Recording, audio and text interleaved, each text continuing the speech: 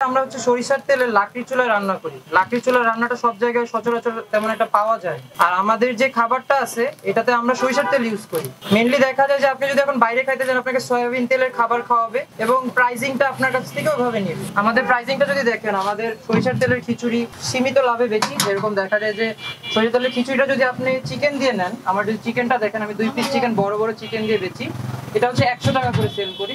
আর ডিম খিচুড়িটা আমি 70 টাকা করে করি। এখন মানুষ মনে করতেই পারে যে আমার ডিম খিচুড়িটা যে আমি সেল করতেছি এই সেলটা কেন আমি বেশি প্রাইসে করতেছি।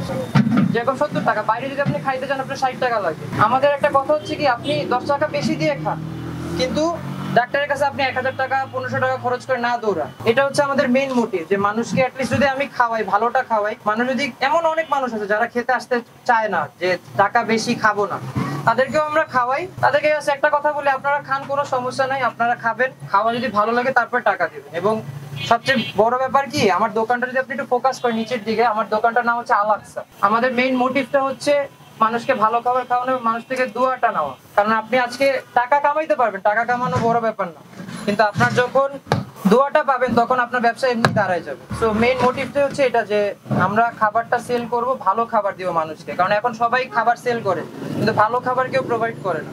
তো সীমিত লাভে ভালো খাবার কিভাবে প্রোভাইড করা যায় এটাই নিয়ে আমরা এখন আমাদের দোকানটা স্টার্ট করছি।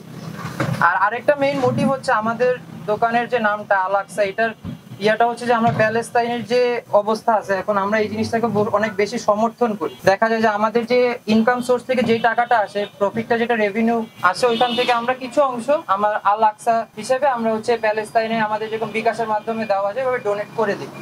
সো এটাই হচ্ছে আমাদের মেইন মোটিভ। সো এটা নিয়ে আর কি ব্যবসা শুরু করা। সো আস্তে আস্তে আমরা আইটেম বাড়াচ্ছি। যেরকম এখন খিচুড়ি পাওয়া যায় লাকড়ির চুলায়, আমাদের ভোরবেলা ফজরের আজানের পর খাবারটা রান্না করা শুরু করে, এবং দুপুরের খাবারটা আপনার যে আজকে যেরকম হালিম আছে, এখানে হালিমটা একদম ফুল হোমমেড, আমার মার দ্বারা তৈরি। সো এই হালিমটা আমরা বাসা থেকে নিই যাতে আমি স্বাস্থ্যসম্মত খাবার দিতে পারি। দোকানে চাইলে বিক্রি করা যেতে পারে কিন্তু আমি স্বাস্থ্যসম্মত যাতে ব্যাপারটা থাকে সেই জিনিসটা আমি মেনটেন করতেছি। এটাই হচ্ছে আমার মেইন উদ্দেশ্য, খাবারটা সেল করে।